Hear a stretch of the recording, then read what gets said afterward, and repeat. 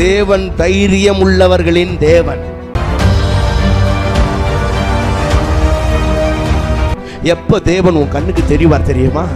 நீ வாழ்க்கையில துணிச்சலா தைரியமா சில முடிவுகளை எடுக்கும் பொழுதுதான் கர்த்தர் முன்னாடி தோணும். கிருபாசன தந்தையில நெருங்கி சேருகிற தைரியம் எதனாலே உண்டானது என்றால், தேவன் அன்பானவர் என்பதை சிங்காசனத்தை விட்டு இறங்கி சிலுவைக்கு வந்து மரித்து, மகனே நீ கிட்ட வா, நான் உன் மேல அவ்வளவு அன்பா இருக்கிறேன் அப்படின்னு ஆண்டவர் அந்த வழியை திறந்து காண்பித்ததுனால அவருக்கு என்ன கெப்பாசிட்டி இருக்கு, உன்னை கொண்டு அவரால் என்ன செய்ய முடியும் அப்படின்றத வச்சுதான் தேவன் உன்னை பார்க்கிறாரு. கர்த்தருக்கு மகிமை உண்டாவதாக. கடந்த சில வாரங்களாக நாம் நீங்கள் சுதந்திரவாளிகள் என்கிறதான தலைப்புல ஒரு செய்தியை தியானிக்க ஆரம்பித்தோம். தேவன் நம்மை சுதந்திரவாளிகளாக மாற்றி இருக்கிறார். அதற்கு ஆதாரமாக ரோமருக்கு எழுதின நிருபம் 8ஆம் அதிகாரம் 17வது வசனத்தை நாம ஆதாரமாக கொண்டு செய்திகளை தியானித்து வருகிறோம். கவனிங்க, நம்மை வேதம் என்ன சொல்லுகிறதுனா சுதந்திரவாளிகள் என்று சொல்லுகிறது. சுதந்திரவாளிகள் என்ற வார்த்தைக்கு அர்த்தம் என்னன்னா உரிமையாளர்கள் அல்லது வாரிசுகள் என்று பொருள். நாம தேவனுடைய எல்லா நன்மைகளுக்கும் ஆசீர்வாதத்துக்கும் நாம சுதந்திரவாளிகள். அது என்ன? தேவனால் நமக்கு இலவசமாய் அருளப்படுகிற நீதிக்கு நாம சுதந்திரவாளிகள். தேவனுடைய நித்திய ஜீவனுக்கு பரலோக பாக்கியத்துக்கு நாம சொந்தக்காரர்கள். மூன்றாவதாக அழியாத ஆசீர்வாதங்களாய் இருக்கிற பல வரங்கள் கனிகள் காணப்படாத நன்மைகளுக்கு நாம சுதந்திரவாளிகள். காணப்படுகிற உலக பிரகாரமான எல்லா ஆசீர்வாதங்களுக்கும் நாம சொந்தக்காரர்கள். கடைசியாக நான் சொன்னேன், ஆரோக்கியம் என்பதும் நம்முடைய சுதந்திரம். ஆகவே இது எல்லாவற்றையும் தேவன் நமக்காக வைத்திருக்கிறார். இதெல்லாம் நாம பெற்றுக்கொள்ள முடியும் என்று வேதம் சொல்லுகிறது. யார் பெற்றுக்கொள்ள முடியும் என்றால், தேவனுடைய பிள்ளைகள் மட்டுமே அதை பெற்றுக்கொள்ள முடியும். நாம் பிள்ளைகளானால் சுதந்திரம் ஆமே என்று சொன்னேன். அப்ப நமக்கு பொதுவாக ஒரு கேள்வி இருக்கிறது, உலகத்தில் இருக்கிற எல்லாரும் கடவுளுடைய பிள்ளைங்க தானே அப்படின்னா, ஆமாம், உலகத்தில் இருக்கிற எல்லாரும் கடவுளுடைய பிள்ளைகள் தான். ஆனால் உலகத்தில் இருக்கிற எல்லாரும் தேவனுடைய பிள்ளைகள் என்கிற அந்த நிலையிலிருந்து விழுந்து போயிட்டாங்க அப்படின்றத நான் சொன்னோம் இல்லையா? முதல் மனிதனாகிய ஆதாம் பாவம் செய்த பொழுது தேவனுடைய பிள்ளைகள் என்கிற அந்த நிலையிலிருந்து அவர்கள் கீழே இறங்கிட்டாங்க. அப்ப மீண்டுமாக தேவனுடைய பிள்ளையாக மாற வேண்டியது அவசியமா இருக்கிறது. அப்படி தேவனுடைய பிள்ளையாக மாறினால் அவர்கள் மீண்டும் அந்த சுதந்திரவாளிகள் என்கிற அந்த நிலையை அடைய முடியும் அப்படின்னு சொன்னேன். அப்ப எப்படி தேவனுடைய பிள்ளையாக மாறுவது அப்படின்றத போன வாரம் சொன்னோம். அவருடைய நாமத்தின் மேல் விசுவாசம் உள்ளவர்களாய் அவரை ஏற்றுக்கொண்டவர்கள் எத்தனை பேர்களோ அத்தனை பேர்களும் தேவனுடைய பிள்ளைகள் ஆகும்படி அதிகாரம் கொடுத்தார். ஆண்டவராகிய இயேசு கிறிஸ்து எதுக்காக இந்த பூமிக்கு வந்தார்னா, இந்த முழு உலகத்தையும் ரட்சிக்கும்படியாக.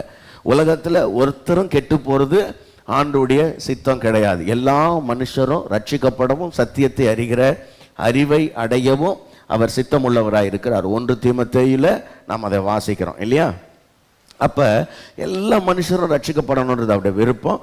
ஆனா எல்லாரும் ரட்சிக்கப்படுறாங்களா? இல்லை, விசுவாசிக்கிறவங்க தான் ரட்சிக்கப்படுறாங்க. விசுவாசம் உள்ளவர்களானவங்க யாரோ அவங்க ரட்சிக்கப்படுறாங்க. அந்த ரட்சிப்பை நாம என்ன சொல்றோம்னா மறுபடி பிறப்பது அப்படின்னு சொல்றோம். எப்படி மறுபடி பிறக்கிறதுன்றதை பற்றி தான் போன வாரம் உங்களோட நான் என்ன பண்ணேன்னா கொஞ்சம் நேரம் செலவு பண்ணி அதை நான் பேசினேன். ஏன்னா நீங்க அந்த ரட்சிக்கப்படுறது தேவனுடைய பிள்ளைகள் ஆகிறது அப்படின்றது என்ன அப்படின்னா அது மறுபிறப்பின் அனுபவம்.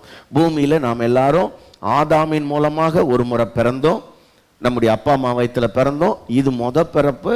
இரண்டாவது, நம்ம ஆவியில நாம மறுபடி பிறக்க வேண்டியது அவசியமா இருக்கிறது. எப்படி அப்படின்னா, பிறப்பு அழிவுள்ள வித்துனால பிறந்தோம். இரண்டாவது பிறப்பு அழிவில்லாத வித்தாகிய தேவனுடைய வசனத்தினாலே நாம பிறந்தோம் அப்படின்னு சொன்னேன். 1 பேதுரு 1ஆம் அதிகாரத்துல 23வது வசனத்துல நாம படிச்சோம். பிறப்புல நாம பிறக்கும் போதே எப்படிதான் பிறந்தோம்? உயிர் இருக்குது ஆனா ஜீவன் இல்லை. Praise God. என்ன இருக்கு? உயிர் இருக்கு ஆனா என்ன இல்லை? ஜீவன் இல்லை. அதனால தான் இந்த உலகத்துல இருக்கிற எல்லா மக்களையும் வேதம் என்னன்னு சொல்லுதுன்னா செத்தவர்கள் அப்படின்னு சொல்லுது. ரட்சிக்கப்படாத மக்களை, மறுபடி பிறக்காத மக்களை வேதம் என்னன்னு சொல்லுது? செத்தவர்கள்னு சொல்லுது, மரித்தவர்கள்னு சொல்லுது. எபேசியர் 2ஆம் அதிகாரம் 1வது வசனத்திலையும் 5வது வசனத்திலையும் நாம் அதை வாசிக்கிறோம்.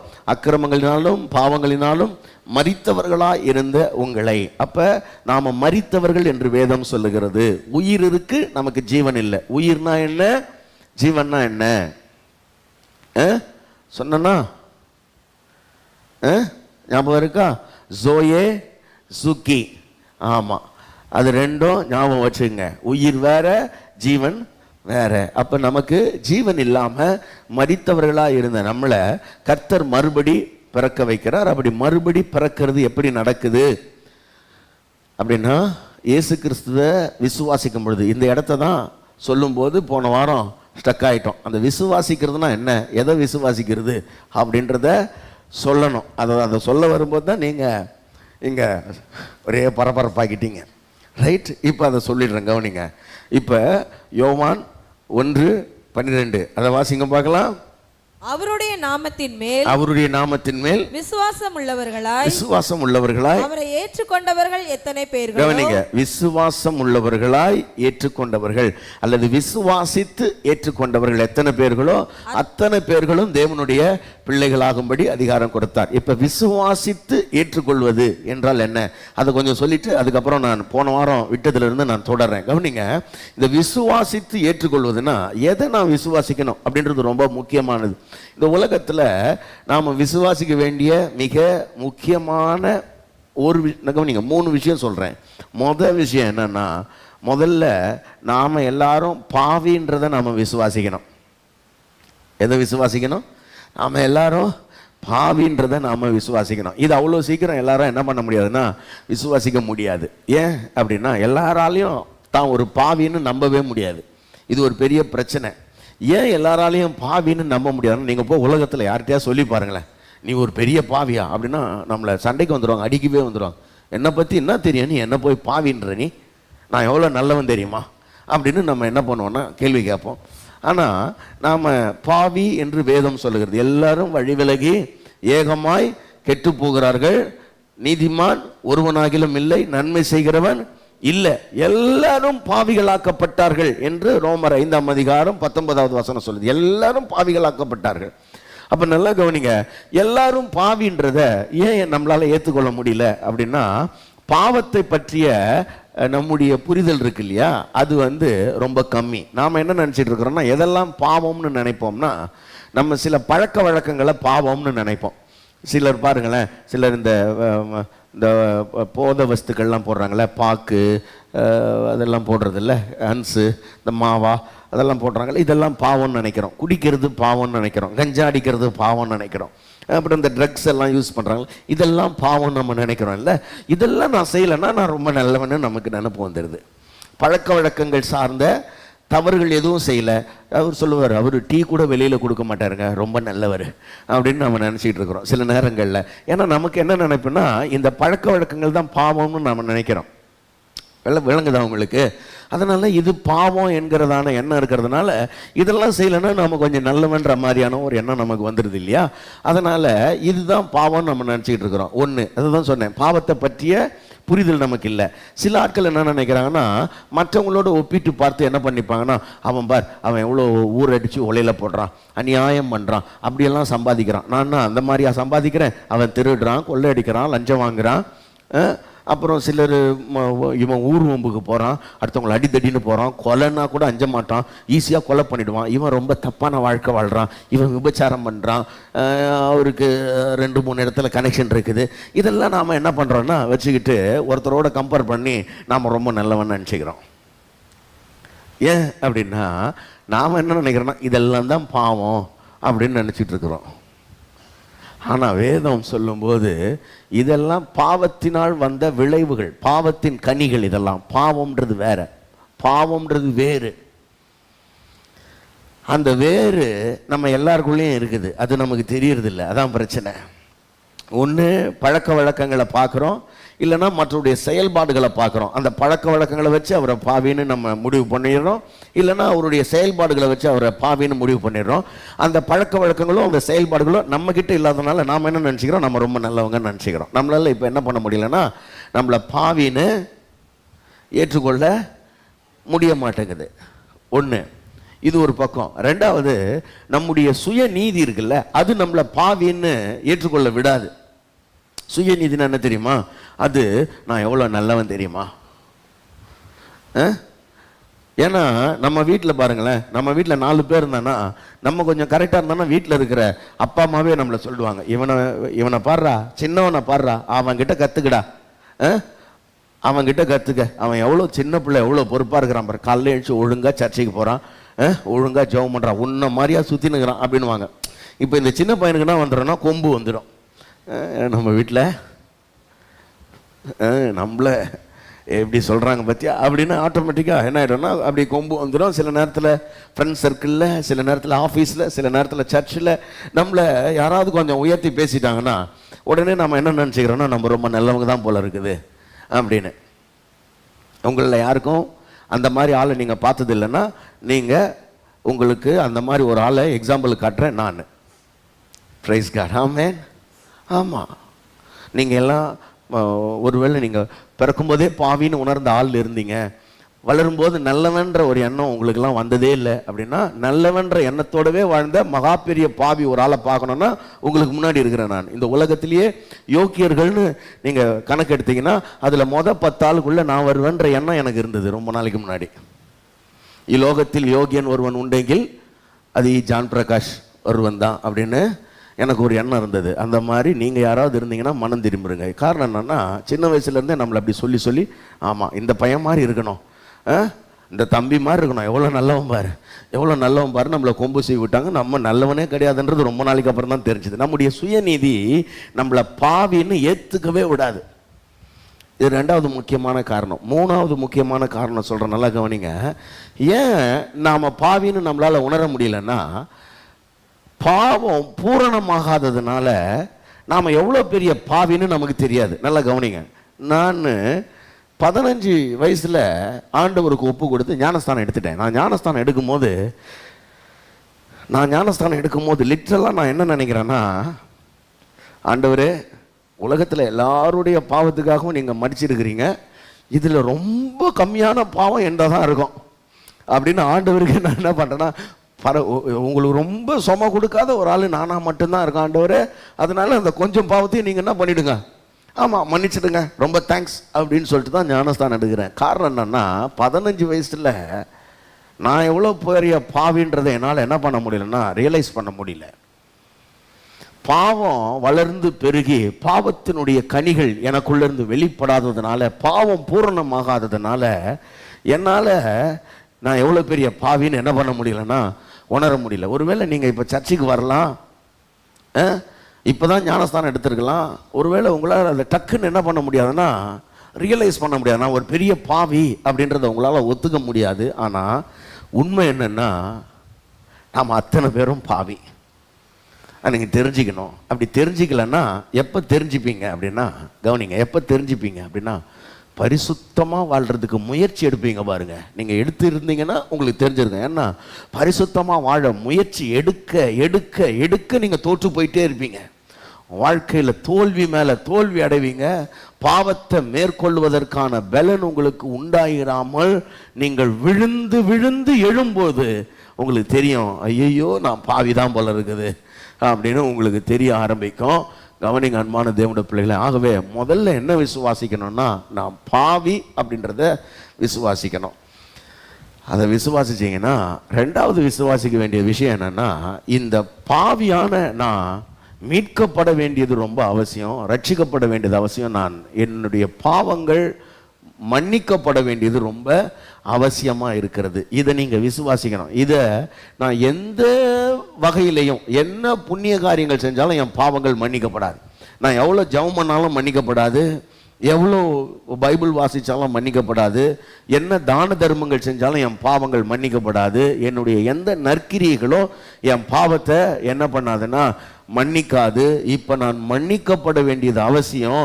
நான் மன்னிக்கப்படாவிட்டால் என் வாழ்க்கையில எனக்கு என்ன தண்டனைன்னா, பாவத்தின் சம்பளம் மரணம். மரணம்னா நீங்க நம்ம இந்த உலகத்துல மரிக்கிறோமே அது கிடையாது. இந்த மரணத்தை பத்தி பேசல. மரணம்ன்றது நரகம். மரணம்ன்றது என்னது? நரகம். ஆகவே பாவத்தின் சம்பளமாகிய மரணத்தை நான் சுதந்தரிக்க வேண்டியது வந்துடும், இந்த பாவம் மன்னிப்பை மாத்திரம் நான் பெறலன்னா. அப்ப என் பாவம் மன்னிக்கப்படணும். என் பாவம் மன்னிக்கப்பட நான் எதுவுமே செய்ய முடியாது. அப்ப என்னதாங்க வழி அப்படின்னா, இயேசுவே வழி. பிரைஸ் காட், ஹல்லேலூயா. இப்ப என்ன விசுவாசிக்கிறது அப்படின்னா, நான் பாவி அப்படின்றத முதல்ல விசுவாசிக்கணும். ரெண்டாவது, இந்த பாவம் மன்னிப்பை நாம் பெற்றுக்கொள்ள என்னுடைய எந்த சுய முயற்சிகளும் உதவி செய்யாது என்பதை விசுவாசிக்கணும்.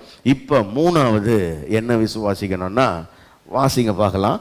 1 யோவான் 5ஆம் அதிகாரம் முதல் வசனத்தை வாசிங்க. 1 யோவான் 5:1. இயேசுவானவரே கிறிஸ்து என்று விசுவாசிக்கிற எவனும், இயேசுவானவரே கிறிஸ்து என்று விசுவாசிக்கிற எவனும் தேவனால் பிறந்திருக்கிறான். இதான் பாயிண்ட். யார் தேவனால் பிறந்தவன்? தேவனால் பிறக்கிறது எப்படி? இயேசுவானவரே கிறிஸ்து என்று விசுவாசிக்கிறவர். Price God. இயேசுவானவரே கிறிஸ்து. கிறிஸ்து என்ற வார்த்தை இது ஒரு கிரேக்க மொழி வார்த்தை. கிறிஸ்டோஸ் என்கிறதான கிரேக்க மொழியோட வார்த்தை. இதுக்கு எபிரேய வார்த்தை தான் மெஸ்ஸியா. கிறிஸ்துனாலும் மெஸ்ஸியானாலும் ஒரே வார்த்தை. இதுக்கு என்ன அர்த்தம் அப்படின்னா, தேவனால் அபிஷேகம் பண்ணப்பட்டவர்னு அர்த்தம். தேவனால் அபிஷேகம் பண்ணப்பட்டவர். எதுக்கு தேவனால் அபிஷேகம் பண்ணப்பட்டவர்? இந்த உலகத்தினுடைய மக்கள், உலகத்தில் இருக்கிற எல்லா மக்களுடைய பாவங்களுக்காக பிராயச்சித்தம் செய்யக்கூடிய பலியாக தன்னைத்தானே ஒப்பு கொடுக்கும்படி தேவனால் அபிஷேகம் பண்ணப்பட்டவர் இவர்தான். பிரைஸ் காட், ஆமென்.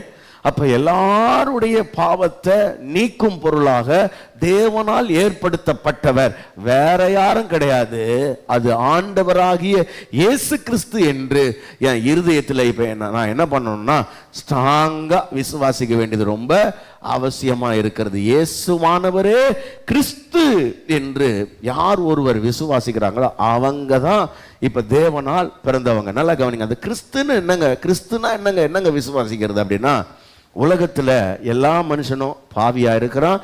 பாவியா இருக்கிற ஒருத்தனை மீட்கிறதற்கு தேவனே என்ன பண்றாருன்னா ஒரு செயலை செய்யறார். என்ன செய்யறார்? தேவனே தம்முடைய குமாரனை இந்த பூமிக்கு அனுப்புகிறார். தேவனே குமாரனாக பூமிக்கு வருகிறார். அப்படி வந்து அவர் நம்ம ஒவ்வொருத்தருடைய பாவங்களையும் தன்மேல் ஏற்றுக்கொண்டு ஏன் பாவத்துக்காக அவர் பலியானார். கவனிங்க, குட் ஃப்ரைடே, ஈஸ்டர் டைம்லலாம் இயேசு கிறிஸ்துவுடைய கல்வாரி பாடுகளெல்லாம் நம்ம தியானிக்கும் பொழுது சிலர்லாம் அழுதுறோம். ஐயோ, இயேசு கிறிஸ்துவ இப்படி சிலுவையில் அடிக்கிறாங்க பார். இது எதுவும் இயேசு கிறிஸ்துவோட கதைன்னு நினைச்சிட்டு இருக்கிறாங்க. இது இயேசு கிறிஸ்துவோட கதை இல்லை, நம்ம கதை. பிரைஸ் காட், ஹல்லேலூயா. ஆமா, அவரை அடிச்சது அவருக்காக கிடையாது, அவர் அடிச்சது நமக்காக. அதை நம்ம விளங்கி கொள்ளணும். அதான் ரொம்ப முக்கியம். இப்ப 4-5 வசனங்களை வாசிங்க பார்க்கலாம். 5ஆம் அதிகாரத்துல 1 யோவான். தேவனால் பிறப்பதெல்லாம் உலகத்தை ஜெயிக்கும். இதெல்லாம் கேட்கறதுக்கே நல்லா இருக்கு. பின்னாடி வரேன் நான் அதெல்லாம். ஏன்னா இதெல்லாம் ரொம்ப முக்கியமானது. ஏன்னா நீங்க சுதந்திரவாளிகள் இல்லையா, தேவனால் பிறந்திருக்கிறீங்க இல்லையா. தேவனால் பிறக்கிறதெல்லாம் என்ன பண்ணும்? உலகத்தை ஜெயிக்கும். நல்லா இருக்குதுல்ல? பக்கத்துல பார்த்து சொல்லுங்க, உலகத்தை ஜெயிக்கிறதுக்கே பிறந்தவனே. உலகத்தை ஜெயிக்கிறதுக்காகவே பிறந்தவனே. தேவனால் பிறப்பதெல்லாம் உலகத்தை ஜெயிக்கும். நம்முடைய விசுவாசமே உலகத்தை ஜெயிக்கிற ஜெயம். சரி, அப்புறம் அடுத்த வார்த்தை. இயேசுவானவர் தேவனுடைய குமாரன் என்று விசுவாசிக்கிறவனே அன்றி. இயேசுவானவர் தேவனுடைய குமாரன் என்று விசுவாசிக்கிறவனே அன்றி உலகத்தை ஜெயிக்கிறவன் யார்? உலகத்தை ஜெயிக்கிறவன் யார்? இயேசுவானவர் தேவனுடைய குமாரன். அதாவது நல்லா கவனிங்க, அந்த குமாரன் என்ற வார்த்தைக்கு ரொம்ப முக்கியமான பொருள் இருக்குது. அந்த குமாரன்றதுக்கு கொஞ்சம் அதை சாதாரணமாக எடுத்துக்கூடாது. அவர்னா தேவனுடைய குமாரன் அப்படி கிடையாது. இது ரொம்ப வெயிட்டேஜ். அது அந்த வார்த்தைக்கு ரொம்ப அழுத்தம் இருக்கிறது. ஏன் அப்படின்னா, இவர் தேவனுடைய குமாரன் அப்படின்னு சொன்னதுக்காகத்தான் சீஷர்கள்லாம் அவர் மேல கல்லால் அடிக்க அந்த யூதர்கள்லாம் அவர் மேல என்ன பண்ணிட்டாங்க? கல்லெறிய போயிட்டாங்க. உன்னை நீ தேவனுடைய குமாரன் எப்படி சொல்லுவ அப்படின்னு. ஏன்னா தேவனுடைய குமாரன்னா தேவனே தேவனுடைய ஸ்தானத்தில் இங்க வந்துட்டாரு.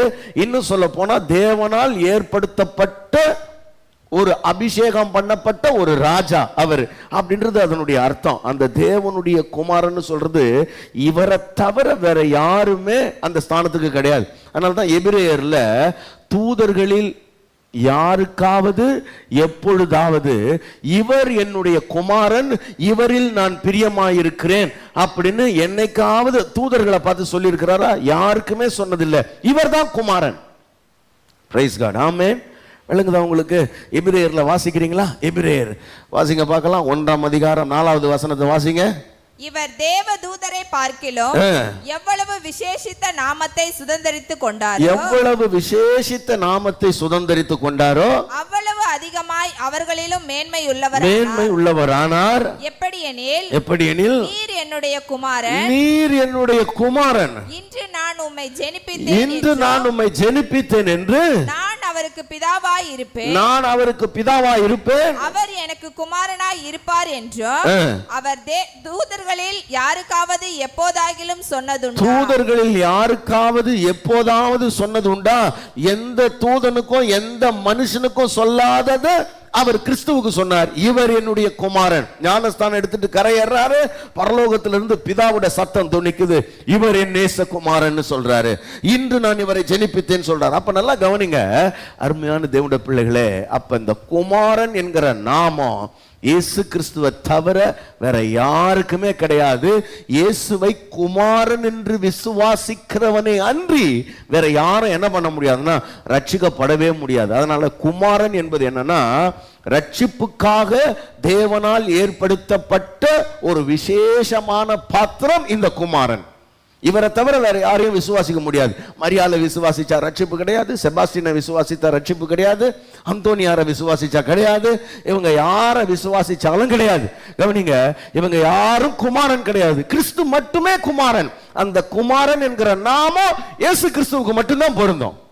Price God. ஆமென். அப்ப அதத்தான் இங்க சொல்றாரு. மறுபடியும் வாசிங்க 12வது வசனம். 1 யோவான் 5:12. குமாரனை உடையவன் ஜீவனை உடையவன் தேவனுடைய குமாரன் இல்லாதவன் ஜீவன் இல்லாதவன். அப்ப நல்லா கவனிங்க, குமாரனை உடையவன் ஜீவனை உடையவன். இந்த குமாரனை யாரு உங்க வாழ்க்கையில ஏற்றுக்கொண்டிருக்கிறீங்களோ அவங்க மட்டும்தான் ஜீவனை உடையவர்கள், மற்றவங்க ஜீவன் அற்றவர்கள் என்று வேதம் சொல்லுது. அப்ப குமாரனை உடையவர்களா நாம இருக்கிறோமா அப்படின்றத நீங்க யோசித்து பார்க்க வேண்டியது அவசியம். ஒரு வசனத்தை வாசிங்க பார்க்கலாம்.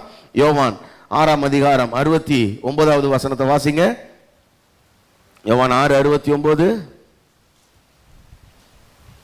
நீர் ஜீவனுள்ள தேவனுடைய குமாரனையே கிறிஸ்து என்று நாங்கள் விசுவாசித்தும் அறிந்தும் இருக்கிறோம். நீர் ஜீவனுள்ள தேவனுடைய குமாரனாகிய கிறிஸ்து என்று அறிந்தும் விசுவாசித்தும் இருக்கிறோம். அதுதான் அவங்களோட ஃபெய்த். நல்லா கவனிங்க, நீர் யாரு? இயேசு கிறிஸ்துவ இன்னைக்கு எல்லாருக்கும் தெரியும். உலகத்தில் இருக்கிற அத்தனை படித்தவர்கள் மேதாவிகளுக்கெல்லாம் தெரியும். சிலருக்கு அவரை புரட்சியாளராக தெரியும், சிலருக்கு அவரை யூதராக தெரியும், சிலருக்கு அவர் ஒரு மத ஸ்தாபகராக தெரியும். எல்லாருக்கும் பல நேரங்களில் தெரியும். அவர் ஒரு தீவிரவாதியா சிலருக்கு தெரியும். இப்படி அவர் ஒரு மனுஷனா தெரியும் சிலருக்கு. இல்லை நல்ல மனுஷங்க, சில ஆட்கள் சொன்னா அவர் ஒரு நல்ல ஆத்துமா அப்படின்றான்.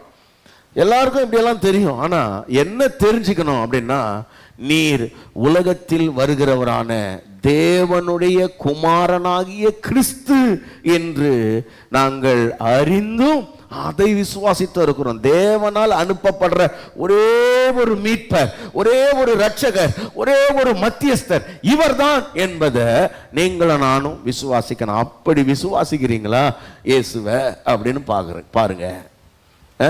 அப்படி விசுவாசிச்சிருந்தீங்கன்னா அடுத்ததா உங்களுடைய எண்ணத்துல ரொம்ப முக்கியமானது ஒன்று வந்துடும். என்ன அப்படின்னா, இந்த குமாரனை கர்த்தர் ஏன் அனுப்பினார்? என்ன மீட்கும் பொருளாக. யோவான் 3:18 வாசிங்க பார்க்கலாம். யோவான் 3:18. அவரை விசுவாசிக்கிறவன் ஆக்கினைக்குள்ளாக தீர்க்கப்படான். அவ்வளவுதான். நீங்க அந்த குமாரனை விசுவாசிச்சிட்டீங்கன்னா உங்களுக்கு நரகம் கிடையாது. ஆக்கினைக்குள்ளாக தீர்க்கப்படான். ஆக்கினை தீர்ப்பு அவனுக்கு வராது, தண்டனை கேன்சல்.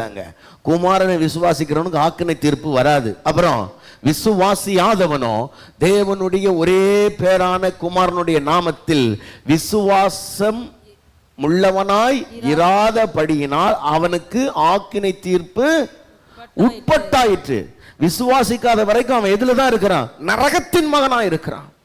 விசுவாசிக்காத வரையில இவர் தேவனுடைய குமாரன் என்று நம்பாத வரைக்கும் அவனுக்கு நரகம் கன்ஃபார்ம் அப்படின்னு வேதம் சொல்லுது. நரகத்தின் மக்களாக இருக்கிறார்கள். பாவம். அதனாலதான் மக்களை பார்க்கும் பொழுதுதான் ஒரு பெரிய மனதுருக்கமும் பரிதாபமும் கிறிஸ்துவுக்கு வந்தது நமக்கும் வரணும். ஐயோ, இவங்க நரகத்துக்கு போக போறாங்களே, நித்தியமான மரணம், நித்தியமான அக்கினியில என்னோட வாழ்க்கை கழிய போகிறது என்ற ஒரு அங்கலாய்ப்பு நமக்கு உண்டாயிருக்க வேண்டியது அவசியம். ரைட், இன்னொரு வசனத்தை படிங்க. 36வது வசனம். குமாரனிடத்தில் விசுவாசமாய் இருக்கிறவன், குமாரனிடத்தில் விசுவாசமாய் இருக்கிறவன் நித்திய ஜீவனை உடையவனாய் இருக்கிறான். நித்திய ஜீவனை உடையவனாய் இருக்கிறான். குமாரனை விசுவாசியாதவனோ, குமாரனை விசுவாசியாதவனோ ஜீவனை காண்பதில்லை. ஜீவனை காண்பதில்லை. தேவனுடைய கோபம் அவன் மேல் நிலை. ஆமா, ஜீவனை காண்பதில்லை. தேவனுடைய கோபம் அவன் மேல் நிலை நிற்கும். அப்ப இயேசுவை தேவனுடைய குமாரனாகிய கிறிஸ்து என்று யார் விசுவாசிக்கிறார்களோ அவர்களுக்குத்தான் ஜீவன் உண்டாயிருக்கிறது, மற்றவர்களுக்கு ஜீவன் உண்டாகல. இந்த முழு வேதமும் அதுக்காகத்தான் எழுதப்பட்டிருக்கிறது. யோவான் 20:31 என்ன சொல்லப்பட்டிருக்கு? இவைகளெல்லாம் ஏன் எழுதப்பட்டிருக்குதான்? நீங்கள் இயேசுவை தேவனுடைய குமாரனாகிய கிறிஸ்து என்று விசுவாசித்து நித்திய ஜீவனை அடையும்படி இவைகள் எழுதப்பட்டிருக்கான். வாசிங்க பார்க்கலாம். இயேசு தேவனுடைய குமாரனாகிய கிறிஸ்து என்று. இயேசு, நல்லா கவனிக்கணும், இயேசு என்கிற ஒருவர் 2000 வருஷத்துக்கு முன்னாடி இந்த பூமிக்கு வந்தார் இல்லையா? அவரு தேவனால் அனுப்பப்பட்டு வந்தாரு. அவர் மற்றவங்க பிறக்கிற மாதிரி நீங்களும் நானும் பிறக்கிற மாதிரி ஏனோ தானோன்னு அவர் பிறக்கல. அவர் தேவனால் அனுப்பப்பட்டு இந்த பூமியில பிறந்தார். அடுத்தது, நீங்கள் விசுவாசிக்கும்படியாகவோ விசுவாசித்து அவருடைய நாமத்தினாலே நித்திய ஜீவனை அடையும்படியாகவோ. அப்ப நல்லா கவனிங்க, நீங்கள் விசுவாசிக்கும்படியாகும். என்ன, எதை விசுவாசிக்கணும்? இவர் மட்டும்தான் என்னோட பாவத்துக்கான தீர்வு. என் பாவத்தை தீர்க்கும்படியாக தேவன் இவரை அனுப்பினார். எனக்கு மீட்பு உண்டாகும்படி தேவன் இவரை அனுப்பினார் என்று நீங்கள் விசுவாசிக்கும்படியாகவும் விசுவாசித்து நித்திய ஜீவனை அடையும்படியாகவும் இவைகள் எழுதப்பட்டிருக்கிறது. முழு வேதாகமமும் ஏன் எழுதப்பட்டிருக்குதுன்னா, ஆண்டவராகிய இயேசு கிறிஸ்துவை குமாரனாகிய கிறிஸ்து என்று நீங்கள் விசுவாசிக்கும்படியாக இவைகள் எழுதப்பட்டிருக்கிறது. ஆமென், அல்லேலூயா.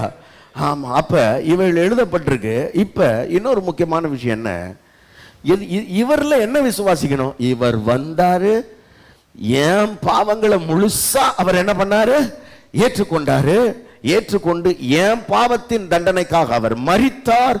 மரித்து மரணத்தின் மேல் ஜெயம் கொடுத்து அவர் 3ஆம் நாளில் உயிரோடு எழுந்தார். அவர் உயிரோடு எழுந்துட்டார். அப்படின்னா மரணம் ஜெயமாக விழுங்கப்பட்டது. என் பாவத்தை அவர் மாம்ச சரீரத்தில் ஆக்கினைக்குள்ளாக தீர்த்ததுனால எனக்கு இப்ப மரணமில்லா வாழ்வு உண்டாயிருக்கிறதுன்னு விசுவாசிக்கணும். வாசிங்க பார்க்கலாம். ரோமர் 10:9. ரோமர் 10ஆம் அதிகாரம் 9வது வசனம். என்னவென்றால் கர்த்தராகிய இயேசுவை நீ உன் வாயினாலே அறிக்கையிட்டு, கர்த்தராகிய இயேசுவை கர்த்தர்னு அறிக்கையிட்டு தேவன் அவரை மரித்தோரிலிருந்து எழுப்பினார் என்று, தேவன் அவரை மரித்தோரிலிருந்து எழுப்பினார் என்று உன் இருதயத்திலே விசுவாசித்தால். கவனிங்க, இருதயத்திலே விசுவாசித்தால். சில நேரத்துல கவனிங்க, சில கொஞ்சம் இந்த நாத்திகம் பேசுகிற ஆட்களாலலாம் இதை என்ன பண்ண முடியாதுன்னா அவ்வளோ சீக்கிரம் நம்ப முடியாது. மரணத்துக்கு பின்னாடி ஒரு வாழ்க்கை இருக்குது, மரித்து உயிர் தெழுதலெல்லாம் ஒருத்தரால் என்ன பண்ண முடியாது, நம்ப முடியாது. அந்த மாதிரி ஆட்கள் அன்னைக்கும் இருந்தாங்க, இன்னைக்கும் இருக்கிறாங்க. அன்னைக்கும் இருந்தாங்க இல்லையா? அந்த எத்தன் நான் மரித்து 3ஆம் நாளில் உயிரோடு எழுந்திருப்பேன்னு சொல்லி என்ன பண்ணிடுவான், ஜனங்களெல்லாம் வஞ்சிச்சிருவான். ஆகவே நீங்கள் என்ன பண்ணுங்க, காவலெல்லாம் போட்டு பந்தோபஸ்து பண்ணுங்கலாம் சொன்னாங்க. பிறகு அவர் உயிர் தெழுந்து வந்த பிறகு சேவர்களில் பணம் கொடுத்து சீசர்கள் அவருடைய பாடியை தூக்கிட்டு போயிட்டாங்க. சும்மா போய் பிரச்சாரம் பண்ணுறாங்கன்னு சொல்லுங்கன்னு ஆட்களை ஏவி விட்டாங்க. ஆகவே உயிர் தெழுதலை பற்றி அவங்களுக்கு அன்னைக்கு பெரிய கலக்கம் இருந்தது. ஆகவே உயிர் தெழுதலின் செய்தியை எப்படியாவது பொய்யாக்கிடணும்னு அன்னையிலிருந்து இன்னைக்கு வரைக்கும் ட்ரை பண்ணிக்கிட்டு இருக்கிறாங்க. ஆனால் நான் சொல்கிறேன், அந்த உயிர் தெழுதலை விசுவாசிக்கிறதுல தான் நீங்கள் உயிர் தெளறீங்க. Praise God. Hallelujah. அவர் உயிர்த்தெழுந்து மரணத்தை ஜெயித்தார் என்று நீங்கள் நம்புகிறதின் மூலமாக நீங்கள் மரணத்தில் இருந்து தப்புவிக்கப்பட்டு நித்திய ஜீவனை உடையவர்களாய் மாறுகிறீர்கள் என்று வேதம் சொல்லுகிறது. ஆமென். அல்லேலூயா. அவர் தேவனால் எழுப்பப்பட்டார். அப்படியானால் பாவத்தை ஆக்கினைக்குள்ளாக தீர்த்துட்டார். இனி என் பாவத்துக்கான தண்டனை இல்லை. அவர் உயிரோடு எழுந்துட்டார். ஆகவே நானும் மரித்து ஆண்டவரோடு கூட எழுந்திருப்பேன். கர்த்தர் ஒரு நாளில் மேகங்கள் மேல் வரும் பொழுது கர்த்தர் என்னையே எழுப்புவார். நானும் ஜீவன் உள்ளவனாய் எழுந்திருக்க போகிறேன் என்பதுதான் நம்முடைய அசைக்க முடியாத விசுவாசமாக இருக்கிறது. ஆமென். அல்லேலூயா. அப்ப அவருடைய உயிர்த்தெழுதல குமாரனா அவர் மட்டும்தான் வந்தார். ஆகவே அவர் என் பாவத்தை ஏற்று எனக்கு மரணம் இல்லா பெருவாழ்வை எனக்கு அருளி இருக்கிறார். அடுத்தது என்ன விசுவாசிக்கணும்? நீங்க இங்க வாசிங்க, கலாத்தியர் 2ஆம் அதிகாரம் 5வது வசனத்தை வாசிச்சீங்கன்னா, கலாத்தியர் 2:5 வாசிச்சீங்கன்னா அங்க என்ன இருக்கு? சுவிசேஷத்தின் சத்தியம் உங்களிடத்திலே நிலைத்திருக்கும்படி நாங்கள் ஒரு நாளிகை 2:15 மன்னிக்கணும், 2:15 புறஜாதியாரில் பிறந்த பாவிகளாயிராமல் சுபாவத்தின்படி யூதராய் இருக்கிற நாமோ இயேசு கிறிஸ்துவை பற்றும் விசுவாசத்தினாலே அன்றி நியாய பிரமாணத்தின் கிரியைகளினாலே மனுஷன் நீதிமானாக்கப்படுவதில்லை என்று அறிந்து, நியாய பிரமாணத்தின் கிரியைகளினால் அல்ல கிறிஸ்துவை பற்றும் விசுவாசத்தினாலே நீதிமான்கள் ஆக்கப்படும்படிக்கு கிறிஸ்து இயேசுவின் மேல் விசுவாசிகள் ஆனோம். நல்லா கவனிங்க, அந்த பெரிய வசனமா இருக்கணும், ரொம்ப ஷார்ட்டா சொல்லிடுறேன். இப்ப எதை விசுவாசிக்கிறோம்னா, இப்ப நான் செய்கிற நீதியின் கிரியைகளுக்கு எல்லாம் காரணம் கிறிஸ்து இயேசு தான். கிறிஸ்து இயேசுவினால தான் நான் என்ன வாங்கி இருக்கிறேன், இப்ப நீதிமான் ஆக்கப்பட்டிருக்கிறேன். எனக்குள்ள நான் யாரு? நான் ஒரு பாவி. எனக்குள்ள இருந்து பாவம் தான் வெளிப்படணும். ஆனா எனக்குள்ள இருந்து சில நீதி வெளிப்படுதுன்னா அதுக்கு பின்னாடி யார் இருக்குன்னா கிறிஸ்து இயேசு இருக்கிறார். அவரை பற்றும் விசுவாசத்தினால தான் நான் நீதிமான் ஆக்கப்பட்டிருக்கிறேன். ஆகவே அந்த நீதி எனக்குள்ள இருந்து வெளிப்படுகிறது. இதுக்கு முழுக்க முழுக்க காரணம் கிறிஸ்துன்னு விசுவாசிக்கணும். Praise God. அல்லேலூயா. விளங்குதா உங்களுக்கு? எனக்குள்ள நன்மையானது எனக்குள்ள இல்லை. எங்கேயாவது 1-2 நல்லது வெளிப்படுதுன்னா அதுக்கு காரணம் நான் வச்சிருக்கிற விசுவாசம். கிறிஸ்துவை பற்றும் விசுவாசத்தினாலே நான் இப்பொழுது நீதிமானாய் மாற்றப்பட்டிருக்கிறேன் என்று விசுவாசிப்பது. அடுத்ததா நீங்க ரொம்ப முக்கியமான வசனம் இருக்குது. அது என்னன்னா, நீங்க வாசிங்க. இதெல்லாம் ஏங்க அவர் செய்யறாரு? ஆராதனை நேரங்கள்: ஞாயிறு காலை 7 மணி, மாலை 6:30 மணி. எங்களை தொடர்பு கொள்ள வேண்டிய தொலைபேசி எண்கள் 92-831-60-662,